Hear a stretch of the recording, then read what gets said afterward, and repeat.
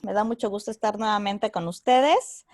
Vamos a hablar de algo muy importante, ¿sí? Porque en la cuestión de diabetes, creo que mucho nos centramos en la situación, incluso el paciente, en la situación en que diabetes es igual a complicaciones de entrada, ¿no? Entonces, algo que es parte de nuestra nueva formación como médicos es que hoy por hoy la diabetes es una enfermedad en la que podemos enseñarle al paciente a cuidarse y en la que nosotros tenemos que ser muy incisivos en evitar complicaciones. Ellos deben saber que pueden llegar a tener las herramientas para evitar complicaciones.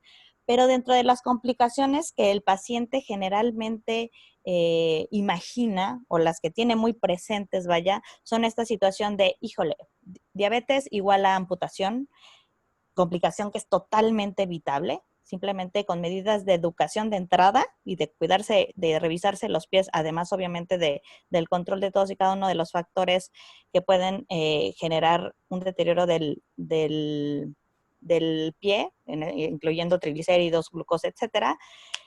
Pero también piensan en diálisis, ¿no? Piensan en que eventualmente van a perder la vista, etcétera. Pero no piensan en que el 60% de los pacientes con diabetes se complica y llega a desarrollar una discapacidad o acaba en cama generalmente por enfermedad cardiovascular.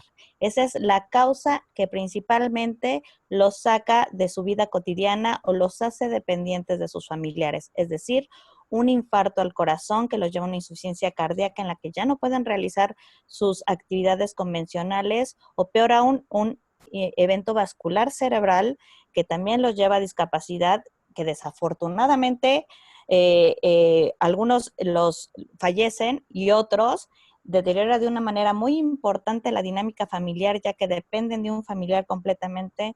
Entonces, se afecta la cuestión psicológica, financiera de toda la familia. Entonces, por ende, también es importante que nosotros tengamos muy claro que debemos ser parte importante en la prevención, pero principalmente en la prevención, perdón, e identificación de los factores de riesgo cardiovascular de todos los pacientes con diabetes.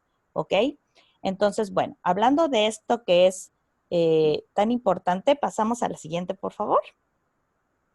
Vamos a hablar de alguna manera cuáles son los algoritmos que tenemos que seguir tanto para evitar los riesgos cardiovasculares como las complicaciones macrovasculares que van totalmente de la mano, ¿sí? Entonces, bueno, tenemos a un paciente de 60 años con diabetes tipo 2, de 25 años de diagnóstico e hipertensión desde hace 20 años e dislipidemia mixta secundaria.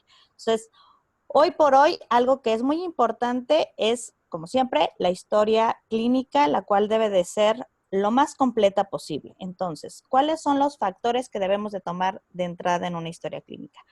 Los antecedentes heredofamiliares. Dentro de los antecedentes heredofamiliares, obviamente investigar si el paciente tiene o tuvo familiares que hayan presentado un desenlace cardiovascular, ¿sí? Entre ellos, los que generalmente tienen de una manera más clara, porque es difícil cuando tenemos antecedentes de familiares con pie diabético, si ese pie diabético estaba muy probablemente relacionado con enfermedad arterial periférica, va a ser complicado saber si la tenían en su familia, pero lo que sí pueden saber es si había un problema de infarto en alguien de la familia o la famosa embolia, ¿ok?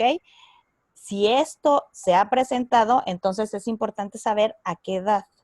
¿Por qué? Porque no es lo mismo que alguien haya tenido en su familia a su abuelito que tuvo un evento vascular cerebral a los 85 años, a que me diga que una tía por parte de mamá y otro tío por parte de mamá presentaron un infarto a los 45 y 55 años respectivamente. Entonces, hay que recordar que la edad es muy importante para saber si además ese paciente tiene antecedentes de enfermedades cardiovasculares prematuras en la familia y eso nos brinca otro foco, porque probablemente tampoco van a saber si hay antecedente de dislipidemia en la familia, ¿sí? Pero sí van a saber probablemente a qué edad, a veces, se haya presentado este problema de los infartos y las embolias. Y si fue una manera más temprana, pues tenemos que ser un poquito más incisivos en ver si hay antecedente de problemas de dislipidemia primaria o hereditaria en ese paciente, lo cual le confiere un riesgo cardiovascular mucho más elevado, ¿sí? Ahora, ¿qué otro factor es importante respecto a la historia clínica? Obviamente la edad del paciente, ¿sí? Que va a ser un factor no modificable. Otra situación es los antecedentes, dentro de los antecedentes es la cuestión del tabaquismo. Si fuma o no fuma, o si fumó o no fumó y la intensidad de esta situación. Y si fuma, sabemos por ende que eso es un riesgo, implica un riesgo cardiovascular mucho más elevado, además de que le mete acelerador a todas las demás complicaciones en diabetes e interfiere con la acción de los medicamentos hipoglucemiantes. Entonces, el saber si fuma o no fuma es otra cuestión muy importante, e incluso si es un fumador pasivo, que también puede ser, muchas veces desafortunadamente siguen habiendo fumadores pasivos y de intensidad moderada.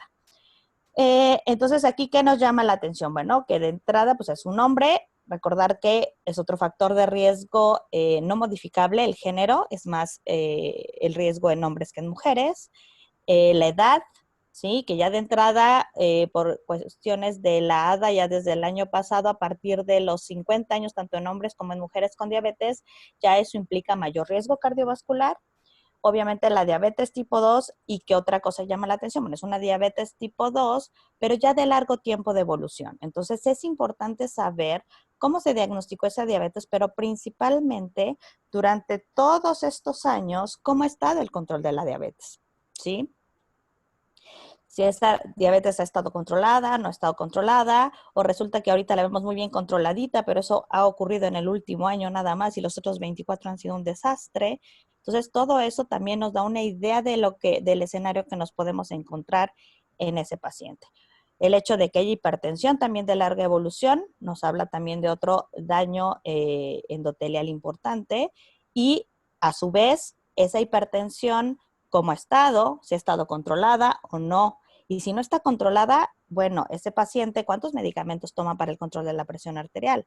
Porque de entrada, si tenemos, no es lo mismo que tengamos a un paciente con hipertensión no controlada con un medicamento, a un paciente que, haciendo un interrogatorio minucioso, sí se toma sus antihipertensivos con un orden en el horario, no omite dosis, tiene 3 antihipertensivos y no se controla. Eso, recordemos que es un foco que nos dice, a ver, algo está sucediendo, 3 antihipertensivos en dosis adecuadas, no estoy diciendo dosis máximas, sino dosis efectivas adecuadas. Eso ya nos debe hacer pensar que tenemos el riesgo de que ese paciente probablemente, aunque tenga esa edad, lleva 20 años tal vez con una hipertensión secundaria. Entonces tenemos que descartar que no haya otro origen de la hipertensión que podamos con el diagnóstico mejorar de manera importante. Y la dislipidemia mixta, que en este caso nos habla de que es una dislipidemia mixta secundaria.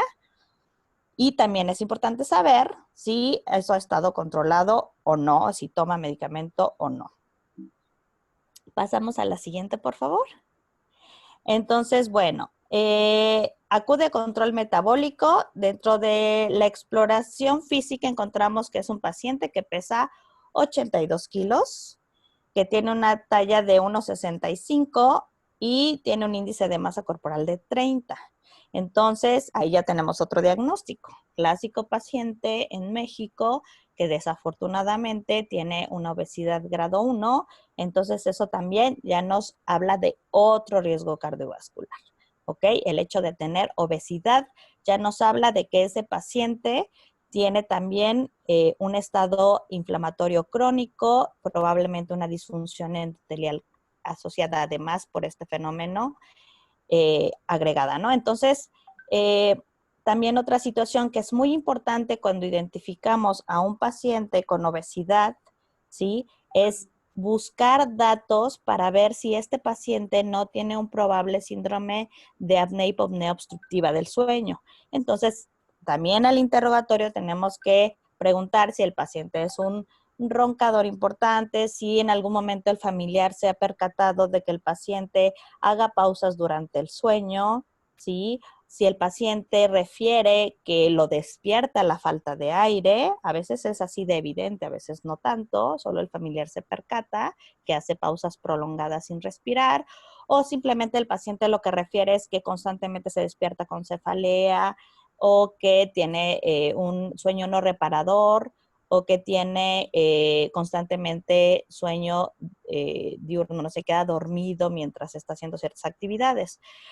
Entonces también, ¿por qué? Porque también incluso el síndrome de hipopnea obstructiva del sueño puede ser otro factor que puede hacer difícil el control de la presión arterial, que es otro factor de riesgo cardiovascular que debemos de controlar. Entonces, si no identificamos un problema de apnea hipopnea obstructiva del sueño y lo corregimos, obviamente a veces puede ser más complicado esto.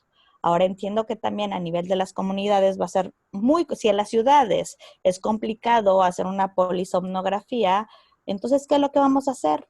Pues vamos a hacernos expertos en hacer un buen interrogatorio de todos estos datos directos e indirectos que nos pueden hablar de esta posibilidad diagnóstica y entonces de ahí agarrarnos un poco para explicarle la importancia del paciente de la pérdida de peso. Si logramos con ese paciente una pérdida gradual del 5 al 10% de ese peso, muy probablemente va a mejorar este síndrome y por ende todos los demás factores de riesgo metabólicos, cardiovasculares, etcétera. Entonces, bueno, ya cuando revisamos sus laboratorios, resulta que tiene una glucosa de 145 en ayunas. De entrada eso nos habla de que la glucosa en ayunas está fuera de meta, ya que nuestra meta es tenerla abajo de 130. Tiene una urea normal, una creatinina aceptable, limítrofe pero aceptable. Tiene un colesterol total elevado. Nuestra meta idealmente sería en un paciente con diabetes un colesterol abajo de 180.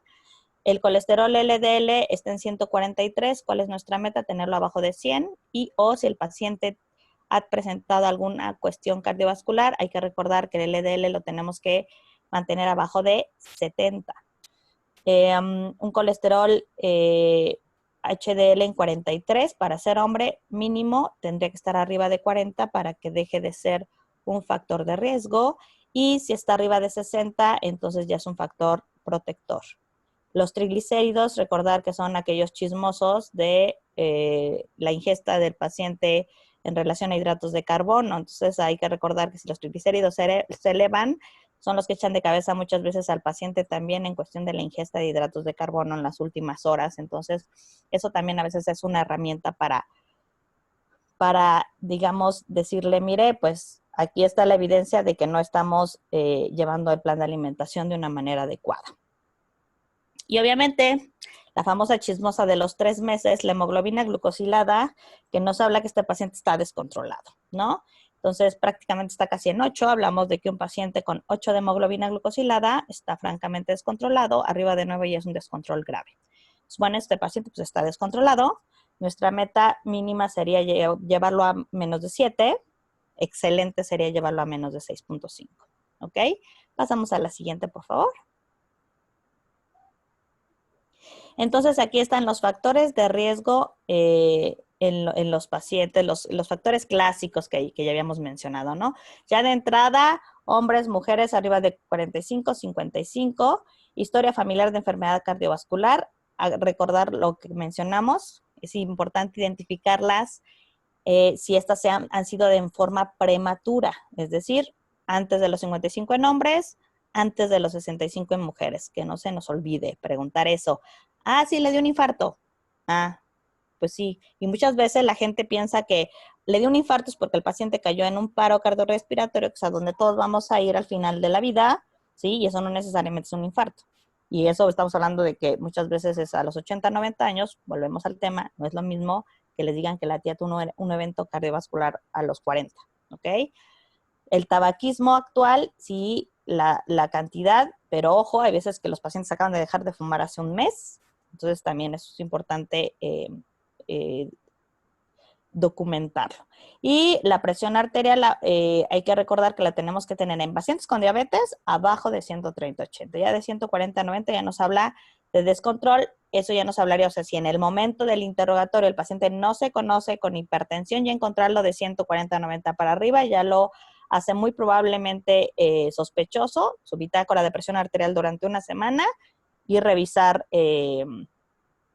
cómo se maneja esto. Y, ay, perdón, aquí se me atravesó algo en la pantalla, no sé cómo quitarlo. Bueno, y en el caso de el colesterol HDL bajo, abajo, en hombres abajo de 40, mujeres abajo de 50, pero en general considerarlo abajo de, en general abajo de 40, ¿no? Ya nos llama la atención. ¿Cómo puedo voltear aquí? A ver, permítanme, déjenme checar que no sé qué hice.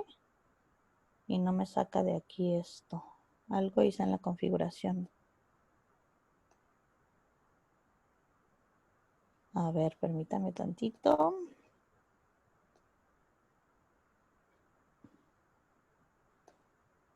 A ver, permítame tantito.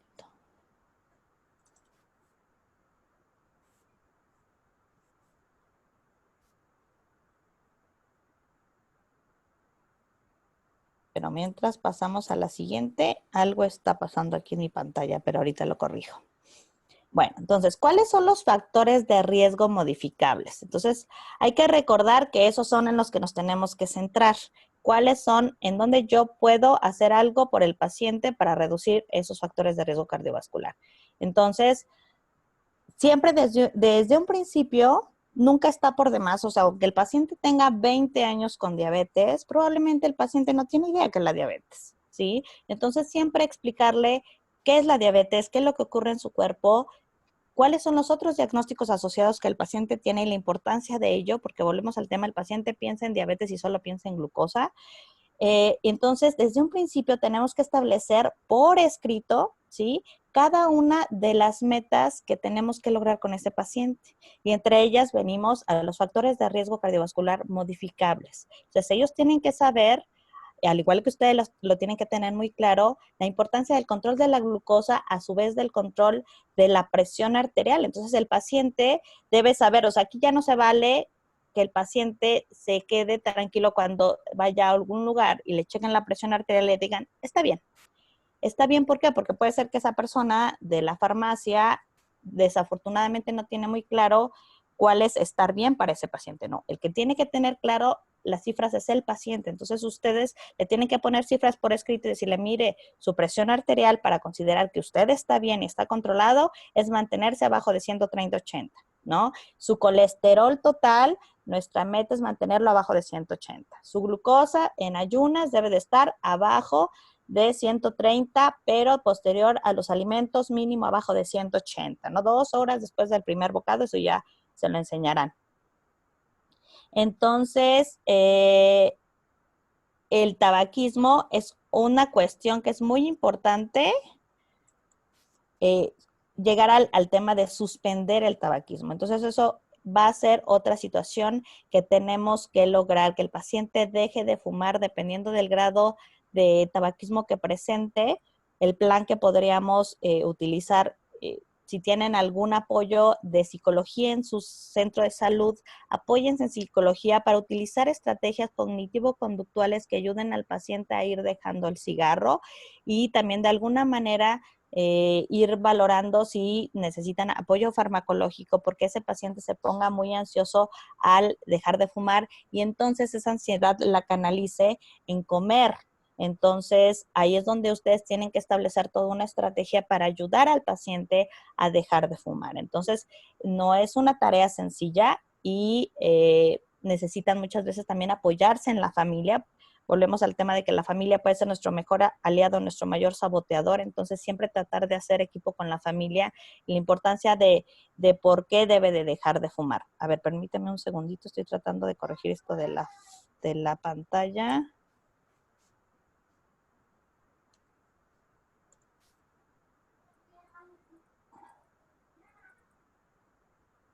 A ver, déjenme ver si lo puedo lograr.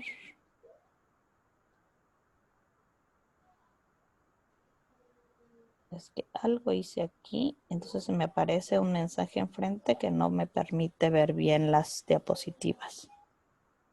Pero bueno, voy a tratar de moverlo, pero no me deja.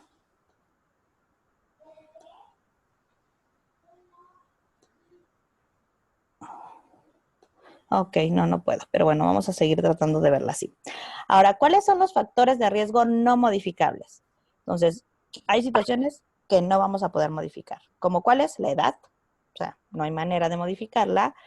El antecedente de enfermedad prematura en la familia, enfermedad coronaria en la familia, eso ya de entrada le implica un riesgo al paciente, eso tampoco lo voy a poder cambiar, y si es hombre o mujer. Entonces, nos vamos a centrar en cuáles son los factores que sí podemos modificar. Entonces, ahora, recordemos también que para poder modificar estos factores de riesgo tenemos que implementar otras herramientas. Entre ellas hay que recordar que algo que es básico para controlar estos parámetros es la pérdida de peso, ¿sí? Entonces, la pérdida de peso de un 5 a un 10%. Y eso además va asociado al ejercicio. Otra gran situación que también, así como el plan de alimentación, que yo sé que es complejo, tenemos que apoyarnos mucho con la nutrióloga si tenemos apoyo de esta, y si no, tratar nosotros de capacitarnos en planes de alimentación muy simplificados para darles herramienta a los pacientes que aquí en este programa se les va a proporcionar y que ustedes también pueden buscar información para podérsela facilitar a los pacientes de una manera muy práctica, muy sencilla, muy tal vez de imágenes, ¿no? Para que sea mejor entenderse, ¿no? A ver, permítame un segundito. Ok, ahora, respecto al ejercicio, que esa es otra cuestión que también tenemos que utilizar, es poner también, así como vamos a poner en la receta desde un principio, muy claramente cuáles son las metas de control de cada uno de los parámetros para el paciente y que por ahí lo peguen en el refri o así para que se lo vaya memorizando poco a poco y sea un paciente informado, que tenga muy claro y que aunque ustedes no estén y que vaya donde vaya, él sepa qué es para él estar bien controlado, ¿no? Y no nada más que le digan salió bien, salió mal, no. Bien es cuánto y ver si esto checa con las metas que pusimos desde un inicio debido por mi contexto, vaya. Entonces, así como en la receta, vamos a poner también el plan de actividad física. Entonces, sí es importante que así como le ponen su medicamento, su dosis, los días, las horas, lo mismo vamos a hacer con el plan de actividad física y ejercicio, que recordemos que son dos cosas diferentes. Entonces, ¿qué tanta actividad física se le recomienda? Y además el ejercicio. El ejercicio, para que nos ayude a reducir los factores de riesgo cardiovascular, es muy importante que sea tanto aeróbico como anaeróbico, es decir, cardio, famoso cardio, que puede ser haciendo lo que el paciente tenga en la mano, desde una caminata ininterrumpida hasta bailar o lo que tenga disponible.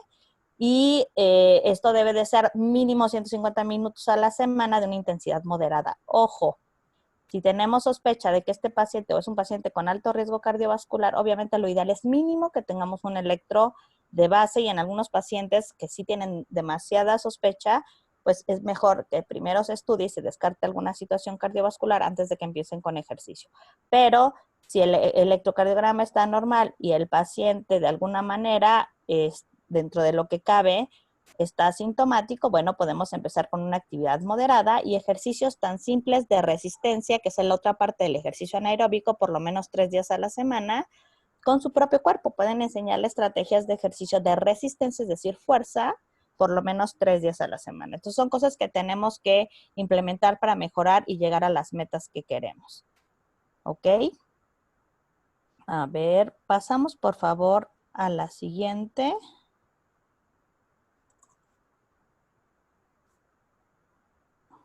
A ver, permítame un segundito para mover. Sigo con el problema aquí de la pantalla.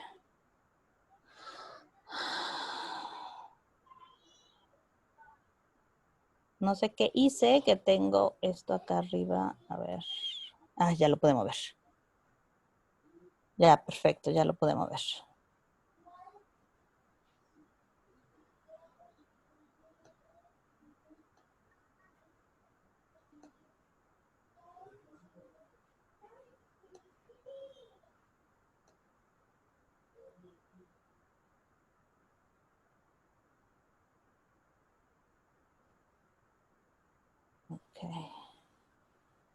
Perfecto, ya.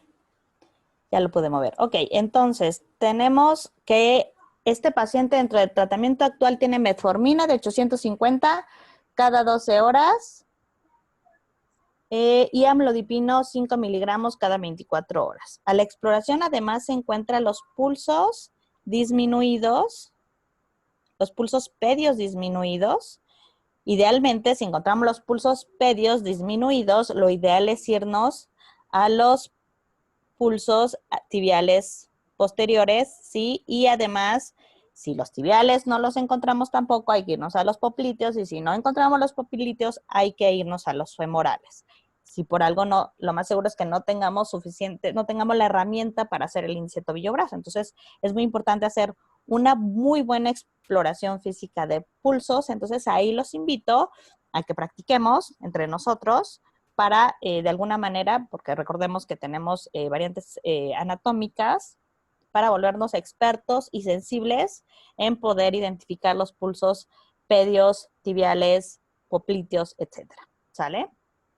Entonces, resulta que en la exploración física encontramos los pulsos pedios disminuidos, buscamos los tibiales y tampoco los encontramos. Entonces, checamos, en este caso, bueno, aquí hubo la facilidad de hacerle el índice tobillo-brazo, el cual se reporta en 1.4. Entonces, hay que recordar que el valor normal del índice tobillo-brazo es de 0.9 a 1.3, lo cual que implica que el paciente tiene un índice tobillo-brazo elevado, lo cual nos habla muy seguramente de enfermedad aterosclerótica. O sea, esa arteria está endurecida, está francamente alterada.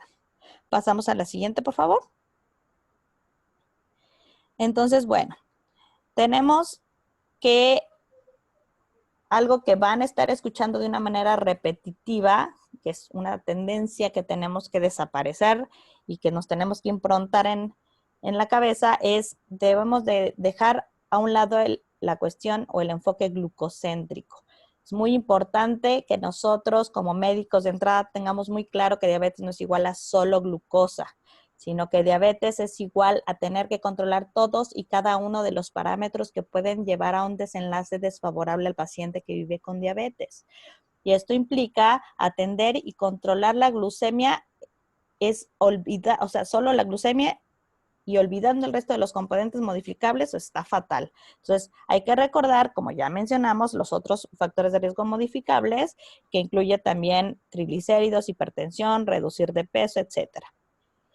¿Y cuándo ese riesgo cardiovascular se va a reducir? Se va a reducir el riesgo cardiovascular sí y solo si todos y cada uno de los factores de riesgo sean controlados, ¿no? Creo que la vez pasada lo comentamos de esta manera y es así como yo se lo explico a los pacientes. El paciente llega muy feliz, ¿no? A su control de 3 meses y yo, bueno, ¿y sus estudios? Sus estudios de control todo este año que nos dejamos de ver, hablando específicamente de uno de los protocolos que se están llevando en el instituto. No, pues es que yo me sentía bien, punto número 1, es algo que les tenemos que quitar de la cabeza. El paciente puede tener por décadas ahí incubándose factores de riesgo cardiovascular que obviamente van a pasar asintomáticos. Y entonces ellos tienen que tener muy claro que yo puedo tener la glucosa en el cielo, el 80% de las veces que la presión arterial se me dispare a punto casi del infarto, el paciente va a estar asintomático. Entonces, el cómo me siento no aplica. Obviamente, colesterol y triglicéridos elevados, la mayor parte de las veces también van a ser asintomáticos. Entonces, qué bueno que se sienta bien, pero ¿qué cree? Eso lo tenemos que documentar con estudios y con mediciones para corroborar que efectivamente está bien. Pero es que me chequé mi glucosa capilar. Pues, ¿qué cree? Que la glucosa no solamente es lo único importante, ¿sí? ¿Qué es importante? Y entonces yo les platico. Yo puedo tener absolutamente todos los factores controlados. Mi glucosa hermosa, mi colesterol en metas, mi presión arterial de quinceañero, pero los triglicéridos altísimos, ¿no? Y persistentemente altos. Entonces, ¿qué va a pasar? Pues, ¿qué cree? Que aunque tenga todo lo demás muy controlado y los triglicéridos no, esos triglicéridos me van a llevar a mayor riesgo de neuropatía y por lo tanto de amputaciones. También se ha documentado ya como un daño a la retina. Entonces, volvemos al tema, yo puedo tener todo controlado, pero un factor no, volvemos al tema, tengo riesgo de complicaciones macrovasculares. Puedo tener todo súper controlado, menos la presión arterial. ¿Qué va a pasar? Daño a riñón, daño a retina, más riesgo de infarto o de eventos vasculares cerebrales en general, ¿no? Y también enfermedad arterial periférica, por la misma de la presión arterial elevada. Entonces, ¿no? Ahora, puedo tener glucosa controlada, triglicéridos controlados, pero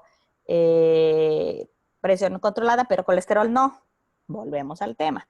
Tengo todo controlado, pero el colesterol no, porque no me duele, porque no lo considero importante. Pues, ¿qué cree? Eso también es un riesgo para enfermedad arterial periférica y amputaciones, para infartos al corazón y para infartos cerebrales. Entonces, es importante, ¿sí? Entonces, vamos disecando, o al menos con ellos, voy disecando cada uno de los parámetros y les explico el desenlace desfavorable que pueden llegar a tener porque uno de todos esté descontrolado. Ahora imaginémonos el escenario en el que varios están descontrolados. Entonces, obviamente, eso implica eventualmente un desenlace desfavorable.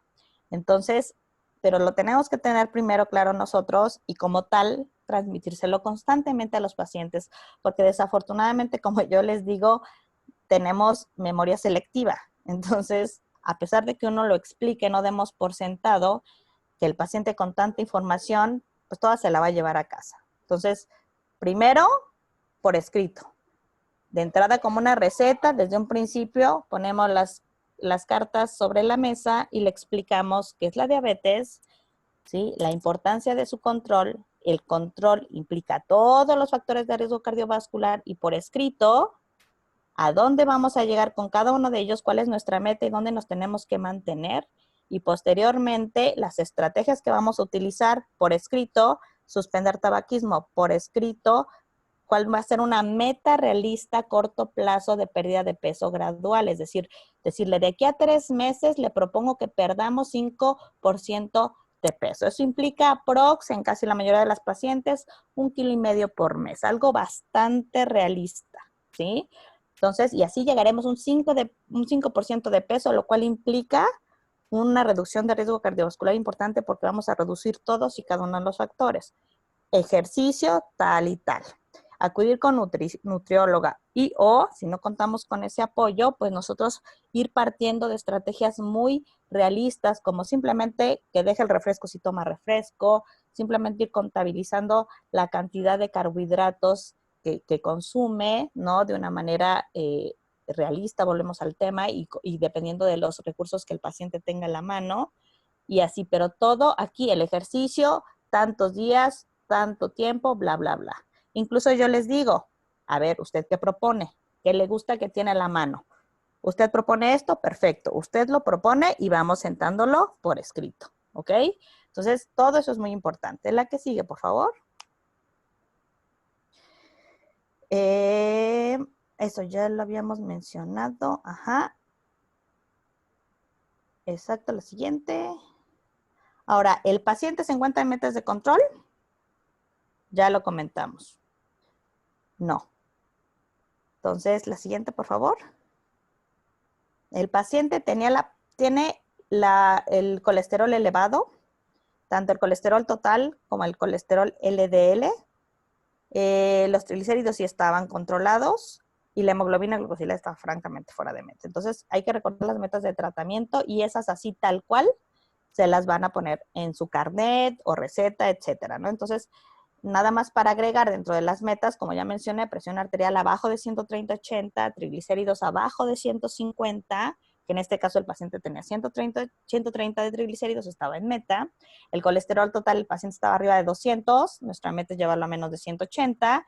El colesterol LDL dependerá del paciente. Si el paciente, por ejemplo, en este paciente,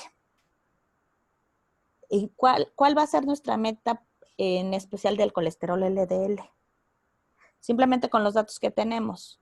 Si yo estoy viendo que ya tengo un índice tobillo-brazo arriba de 1.3, está en 1.4, eso ya no automático me habla que el paciente tiene enfermedad arterial periférica. Y por lo tanto, eso me está hablando así un foco rojo horripilante en el que yo tengo la obligación de descartar enfermedad arterial en otros lugares, carótida, coronaria, etcétera, ¿sí? Entonces, el paciente ya, el hecho de que tenga una enfermedad arterial periférica ya nos lleva a que el paciente tiene un factor de riesgo cardiovascular incrementado. Y por ende, volvemos al tema, nos hace obligatorio descartar enfermedad arterial en otros sitios del cuerpo.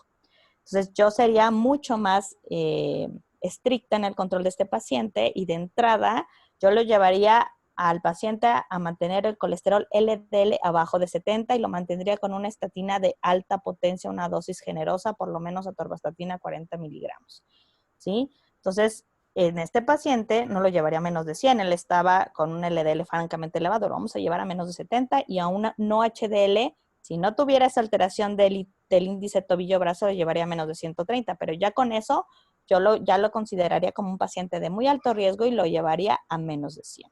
¿Ok? Ojo con eso. Ya tenemos ahí un foco rojo en un paciente en el que estamos documentando una complicación macrovascular que puede estar muy asociada a alguna situación ya cardiovascular también. Si no tenemos eso, lo tenemos que dar como una posibilidad muy alta. La siguiente, por favor.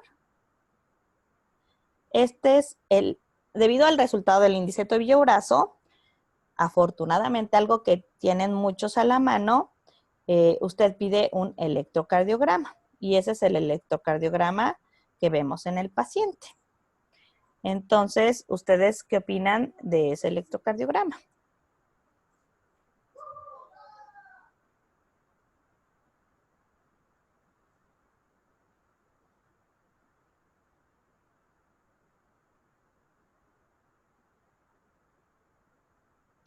Pues a simple vista no parecería un electrocardiograma francamente alterado, ni mucho menos, fuera de que por ahí la frecuencia cardíaca está un poquito en el límite, no parecería un electrocardiograma que llame mucho la atención.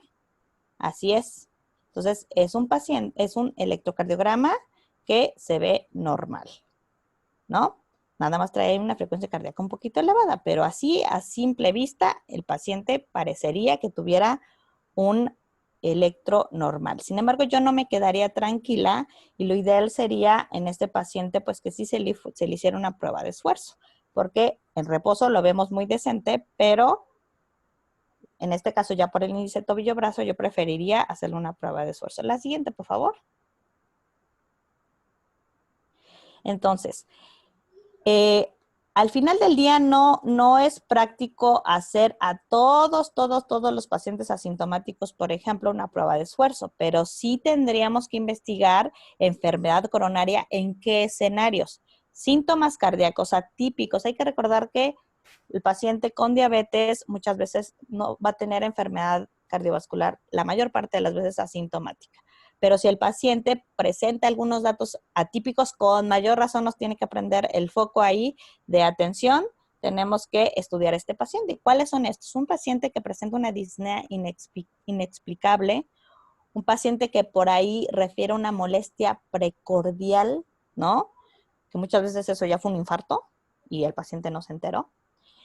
Y obviamente lo que acabamos de ver, signos y síntomas de enfermedad vascular asociada. Entonces, en estos escenarios, como en este paciente, sí se debe de hacer escrutinio de enfermedad cardiovascular. ¿Por qué? Porque el paciente tiene enfermedad arterial periférica por índice tobillo-brazo. ¿En qué otros escenarios?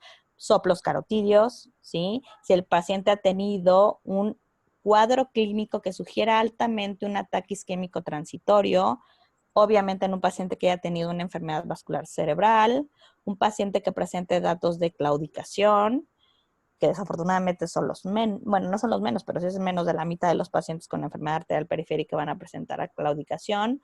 Obviamente en pacientes con anormalidades del electrocardiograma. Si vemos por ahí, obviamente, una onda Q, si vemos un bloqueo de rama izquierda de las de His, o muchas veces lo que encontramos de manera muy frecuente, eso nos ha tocado mucho ver en el instituto, son bloqueos fasciculares. Entonces, si yo veo un bloqueo fascicular de la rama izquierda, es mucho mejor exagerar y decirle al paciente que eventualmente, o sea, que sí necesitamos en cuanto tenga la oportunidad que le hagan por lo menos una prueba de esfuerzo. ¿Ok? La siguiente, por favor. Entonces, en este paciente tenemos un electrocardiograma con taquicardia sinusal, sin datos de isquemia, lesión o necrosis. La siguiente, por favor. ¿Qué tenemos que hacer? Lo hemos estado mencionando de manera constante, el control de peso, el inicio de una estatina de alta potencia, atorvastatina, rosuvastatina, control de la presión arterial. En este caso, el paciente, si se fijan, solo estaba con amlodipino.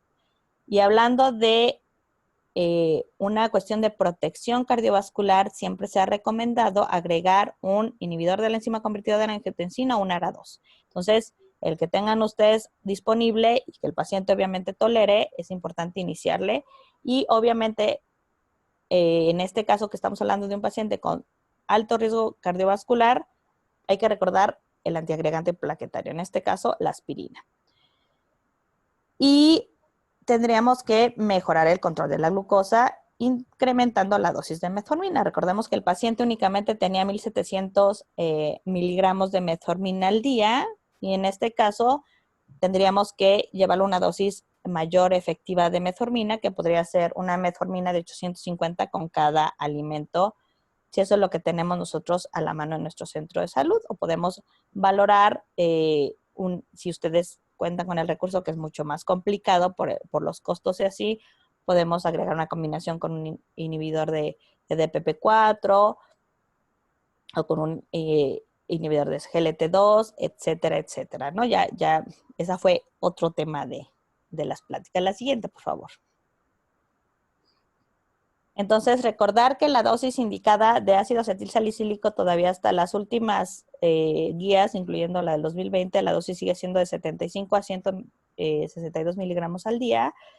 Y recordar lo que se considera importante en pacientes con un alto riesgo cardiovascular, ¿no? Estamos hablando de un riesgo cardiovascular a 10 años mayor al 10%, tanto en hombres como en mujeres que tengan más de 50 años, que además tengan antecedente, si además tienen antecedente de enfermedad cardiovascular prematura en familiares, con mayor razón si tienen tabaquismo, dislipidemia. Por default, en pacientes con insuficiencia renal crónica, vamos a tener mayor riesgo cardiovascular o albuminuria. Y es importante también discutir esto con el paciente y que le quede claro por qué indicamos cada uno de los medicamentos y estar al pendiente de que no tengamos algún evento adverso asociado. El año pasado, al inicio, también salió un artículo en el que se vio riesgo-beneficio en el uso de aspirina y se vio que en población latina, a partir de los 65 años, es un poco más el riesgo que el beneficio respecto al sangrado de tubo digestivo en el uso de aspirina. Entonces, yo se lo recomendaría en pacientes que tienen un riesgo alto, continuarlo en pacientes que tienen un riesgo cardiovascular, habría que valorar ahí después de los 65 años riesgo-beneficio, si continuamos o no con la aspirina Protect, dependiendo del escenario. En este escenario sí lo continuaría por lo que ya platicamos, ¿sí? Pero el paciente también lo debe de tener muy claro. Al final del día, lo más importante es el control de todos y cada uno de los factores de riesgo cardiovascular, porque volvemos al tema. Si el paciente tiene todo descontrolado, pues por más aspirina no va a haber manera de que evitemos un desenlace cardiovascular desafortunado. La siguiente, por favor. Ah, no, ya terminamos. Muy bien. Entonces, no sé si quieran que tengan algunas dudas, preguntas. Tenemos todavía bastante tiempo para platicar al respecto. Digo, de esto podemos hablar de muchísimos detalles. Entonces, déjenme ver aquí, permítanme, a ver. Permítanme un segundito. Ah, ok, ya.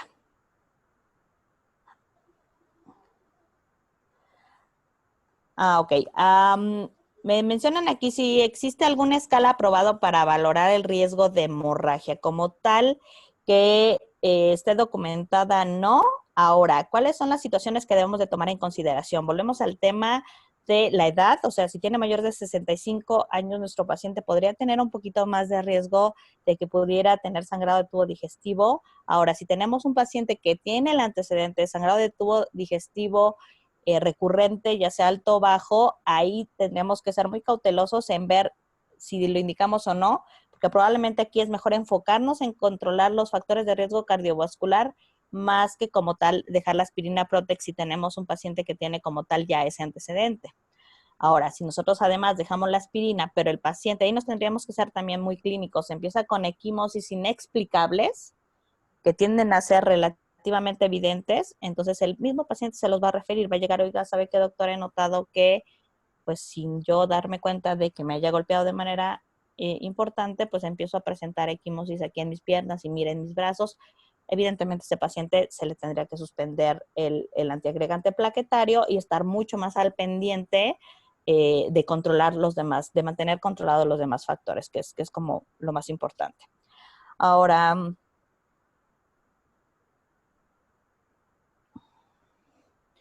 dice, en un paciente con tabaquismo positivo, ¿en cuánto tiempo aproximado existe un efecto positivo en el sistema circulatorio cuando el paciente deja de fumar?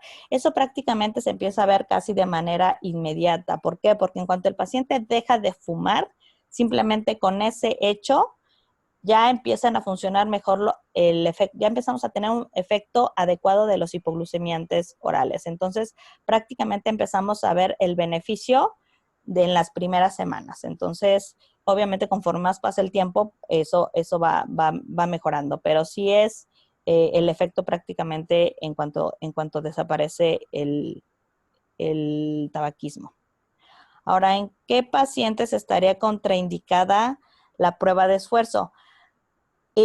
Más que estar contraindicada es que probablemente no la pueda realizar. Entonces hay pacientes que no se pueden subir a una banda sin fin porque tienen problemas para deambular, tienen ciertas limitaciones a la deambulación, por ejemplo, o por la misma neuropatía corre más riesgo de que incluso sea lastimado. Hay pacientes que por la misma neuropatía, muchas veces por la misma pisada y esto, ya han tenido algunos problemas. Digo, no solamente en una prueba de esfuerzo, ¿no? Pero simplemente ya tienen una pisada normal y no pueden hacer la prueba de manera adecuada.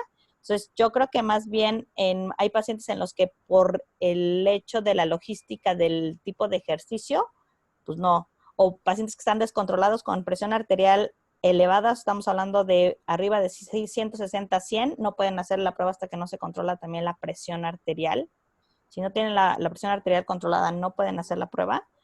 Eh, pero pues para eso utilizaríamos en este caso, por ejemplo, lo que es el eco-dobuta, etcétera. O sea, ya hay muchas más opciones para hacer la prueba. Hay otra prueba que también se hace con las manos, en lugar de que el paciente suba una banda sin fin.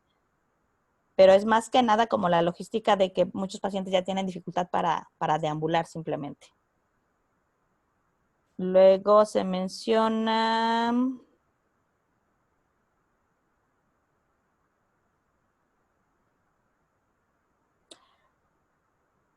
Ok. Ahora, doctora, ¿nos puede explicar cómo podemos sacar el riesgo de amputación de miembro inferior utilizando la clasificación de Wi-Fi? Ah, ok. Eso es importante. La clasificación o la escala de Wi-Fi, que es muy interesante, es algo que se utiliza más o menos desde el 2014 para acá. Es una clasificación muy completa porque nos habla de las esferas de las tres esferas más importantes que tenemos que tomar en cuenta para que el paciente tenga mayor riesgo de amputación o no. Los que al final del día la empezaron a utilizar fueron los cirujanos angiólogos o cirujanos vasculares. ¿Cuáles son las tres esferas que ellos toman en cuenta? Bueno, que la clasificación toma en cuenta para saber si ese paciente se tiene que amputar o no, pues se ve el grado de isquemia, se valora la complejidad de la lesión y el grado de infección, que son las tres situaciones que pueden hacer que el paciente llegue a la amputación. Digo, aquí con imágenes se me hace un poquito más complicado, déjenme ver. Pero bueno, Si ustedes se fijaron en la imagen que puse en la presentación de factores de riesgo cardiovascular, ¿sí? Había una, permítanme un segundito, déjame buscarlo. Esta, si se fijan, es como la escala de Global Risk. Esto nos habla de semáforos, ¿sí? Está en verde, amarillo, rojo. Obviamente un paciente que cae en rojo es un paciente que tiene un alto riesgo de amputación o que prácticamente estamos hablando que en ese momento tiene muchísimo riesgo o es una urgencia vascular, ¿sí? Pero lo que encontramos en la clasificación de Wi-Fi, si se fijan, hay dos tablitas principales, ¿sí? De esta clasificación. Entonces, hay una que nos habla, por ejemplo, del riesgo, ¿sí? Estimado de amputación a un año para el estadio Wi-Fi, pero tendríamos, bueno, si en algún momento me lo permitieran, les podría preparar una plática solamente para tratar más o menos de ayudarlos a identificar cómo podemos ponerlos vaya a utilizar la tablita para identificar en qué parte del semáforo está, porque eso también implica tener a la mano el índice tobillo-brazo para poder saber por lo menos la posibilidad de isquemia de ese paciente, porque el grado de isquemia va a estar en función por lo menos del índice tobillo-brazo. Si ustedes no tienen índice tobillo-brazo a la mano, va a ser complicado poder aterrizar todos los datos en esta escala que se ve la tablita como el Global Risk, ¿no? Como en semáforos, en donde por un lado vemos el tipo de herida, qué tan compleja es la herida, eso también nos habla de la posibilidad de que se recupere, y por otro lado nos habla del grado de isquemia, o sea, si no tiene isquemia, si es un grado 1, un grado 2, un grado 3, eso también nos habla, por lo tanto, a un año, qué tanta posibilidad de amputación tiene ese paciente. Pero por otro lado, tenemos otra tablita que nos habla de la probabilidad estimada de la necesidad-beneficio de revascularización, asumiendo que se puede controlar la infección primero, pero de ahí también va a depender de la complejidad de la herida y del grado de isquemia también del paciente. Entonces eso también nos va a dar otro tipo de posibilidad de que si se revasculariza el paciente, hoy por hoy ya se hacen unas cosas extraordinarias de revascularización en donde de verdad uno ve la herida y dices, no, o sea, esto es amputación. Pero no, sí se puede llegar a revascularizar, pero para eso se utilizan herramientas del laboratorio vascular. Entonces, mínimo necesitamos índice de tobillo-brazo. Idealmente, podremos llegar a necesitar otro tipo de herramientas para valorar isquemia, como es el índice dedo-brazo, que eso implica ya un laboratorio vascular, o valorar lo que es la presión parcial de oxígeno transcutánea, que son métodos más precisos para identificar isquemia. Si no tenemos esos elementos, es mucho más difícil aterrizar en la escala de Wi-Fi el grado de isquemia y por lo tanto poder utilizar la tablita para saber exactamente en dónde está ese paciente. Es una herramienta en la que necesitamos más elementos de gabinete, ¿no? Entonces, con base en esos grados, podemos estratificar al paciente si está en verde, amarillo, rojo, para el grado de amputación. Me encantaría darles una clase solo de eso porque es mucho más complejo que yo, pero creo que si no tenemos las herramientas de gabinete para poder valorar el grado de isquemia, pues al final del día no lo van a poder aterrizar en su día a día. Entonces no tendría mucho sentido tampoco clavarnos tanto en la escala de Wi-Fi. Simplemente es importante saber que existe, es importante que muchas veces se basan en eso los cirujanos vasculares para saber si llegan o no a salvar esa extremidad y o el pronóstico de amputación a un año, pero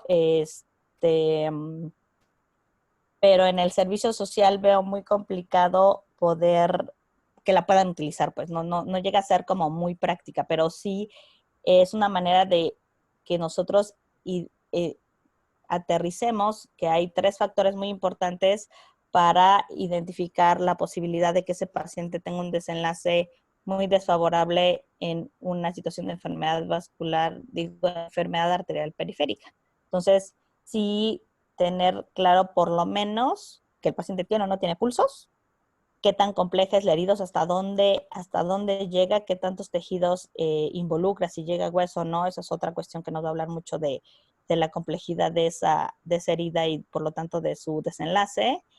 Y, y del grado de infección, si esa infección llega hasta donde está la herida, por ejemplo, ¿no? Entonces, todo eso es lo que nos trata o al menos lo que les trataba yo de traducir en la clasificación de Wi-Fi. Digo, ojalá y eventualmente en los centros de salud todo el mundo tuviéramos la oportunidad de por lo menos poder realizar el índice tobillo-brazo.